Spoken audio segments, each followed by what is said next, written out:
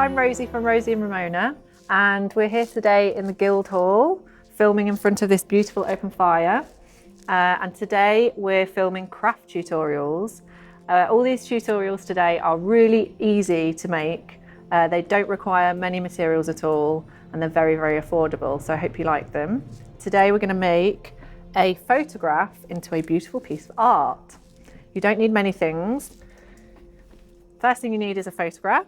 I use one of the many apps on my phone where you can get free prints sent to you, where you choose your photos off the phone. I choose black and white photos. I don't know why, I just quite like the look of them, but you don't need to use black and white. I just added a black and white filter to these photos. The other things you need are magazines. I've just got free ones that I've got from the shops. You can use any type of magazine or newspaper, and any kind of scrap paper. So I've got some old wrapping paper. If, like me, you save wrapping paper for I don't know what reason, but here's the reason here. And then we've got some bits of paper here. So I've got gridded paper, looks quite nice. As long as it's not plain, lined paper's okay. And then maybe old books. I've got some sheet music. I got a book of sheet music from a charity shop for about £1, and that's a whole book, so you've got loads of sheets there.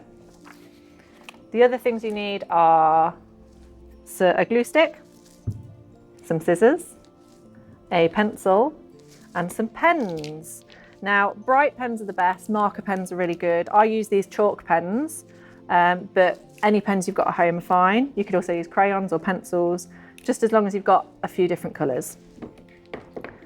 So to start, you just need a base. So I'm going to use this piece of white card, but if you want to use a piece of your magazine cutout, you can, that's fine. I find A5 is quite a good size, because when you cut out a photo, you see it fits quite nicely in the middle. It's quite a nice shape, and you can get a lot of frames as well that fit that size.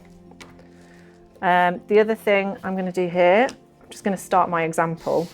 So I've pre-cut out some stuff to make it really quick for you. I've started with a background. So I've just got this gridded paper that fits the A5 here. And then I'm going to add a bit of the sheet music, just because it gives it a bit of texture.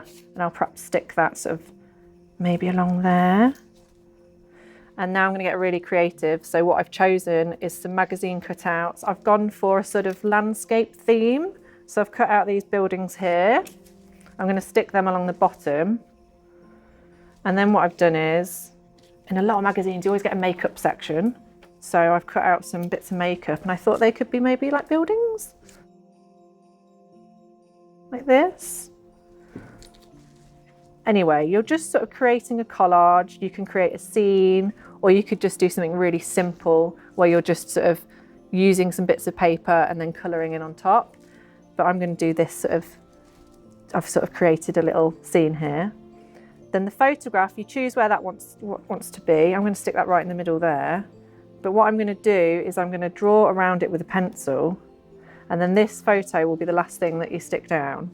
The reason for that is when you do your colouring in, you perhaps don't want to get it on the photo itself, so you'll know where to stick it, and the pen will go sort of underneath it, so it's sort of seamless. So you could probably see on this one here, and on this one here, the colours are coming out from behind the photograph, so that's why we draw around it. So I'm going to go ahead and stick all these down. So I've got my glue stick here. I'm going to put my photo to one side. I'm going to start with the background. And I'm going to try not to get glue everywhere. You can use any type of glue you like. You don't need to use glue stick. You could use PVA if you have PVA. And in fact, the other thing you can do is, if you don't want to use glue, you can tape things down. So for some of these bits, I've actually used tape to stick it down, and that can become part of it. It gives it some extra texture. Washi tape's quite in at the minute. If you've got lots of different coloured tapes, you could use that. But I'm going to lay these down.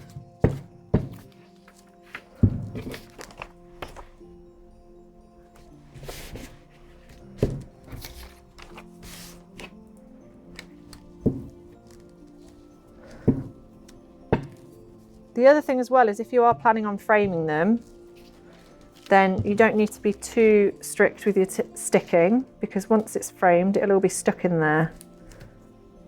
I'll stick that down.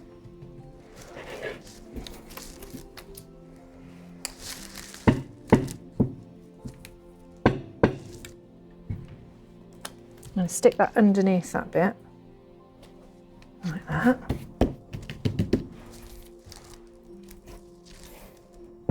And now all my fingers are sticking together.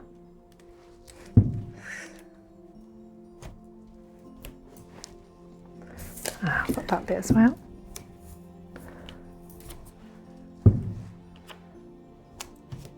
So I think this circular bit, I'm thinking maybe is a bit like the sun, possibly, or the moon or something. So you might actually pick things up as you go along. So for example, as I was sticking this down thinking maybe this looks a bit like the sun, I might use that. I might now use that for the colours afterwards. So I'll show you what I mean in a sec. So I'm just going to quickly, I'm not going to draw all the way around this just for time purposes. I'm just going to draw around the two heads here. So photo goes to one side. Now we're going to move on to the pens. I'm going to move these out of the way. So I've chosen these 5 really bright colours. You might want to choose like a different colour scheme. You might want to go for warm colours, depending on what the photo is or what it's for. I always like a rainbow, is quite nice. Rainbow effect is really fun. But I think the bolder the better. The other thing you could do is just use biros and do really thin lines. But it can be really, really simple. You don't need to do any fancy drawing. So today I'm just going to do some lines. I think I'm going to get them to maybe come out of the circle a little bit. Maybe do some waves here. Let's see how we get on. I'm going to start with the purple. We'll go.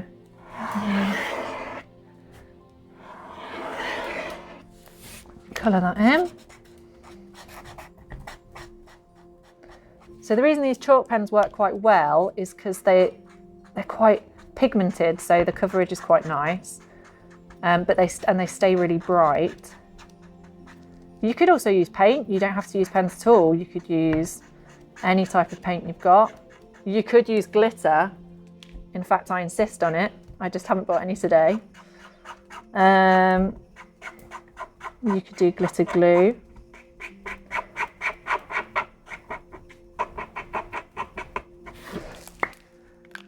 And these dry quite nicely as well, so you can write on top of them if you want to.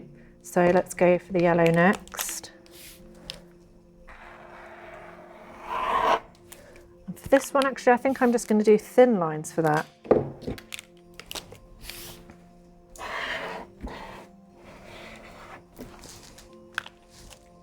Go on to the green. Oh, I think I might come down this side here. Some pink. And then I'm going to start again with the purple. And then what I might do is I could do some writing here, and maybe some leaves. Maybe I'll do some leaves here. I was going to say, oh, maybe I'll write something, but I would have to do that upside down. I'm not sure I'm ready for that. So I'll do some leaves.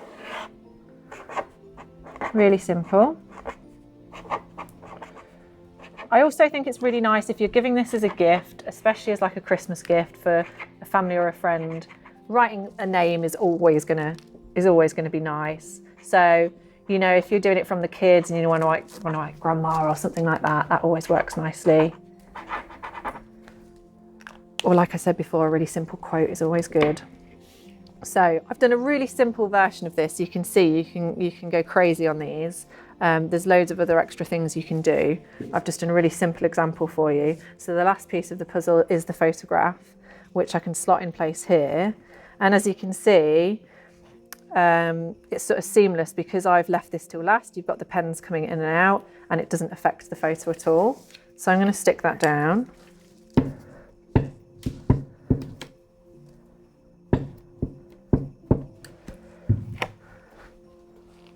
Goes in there. Line that up with the pencil.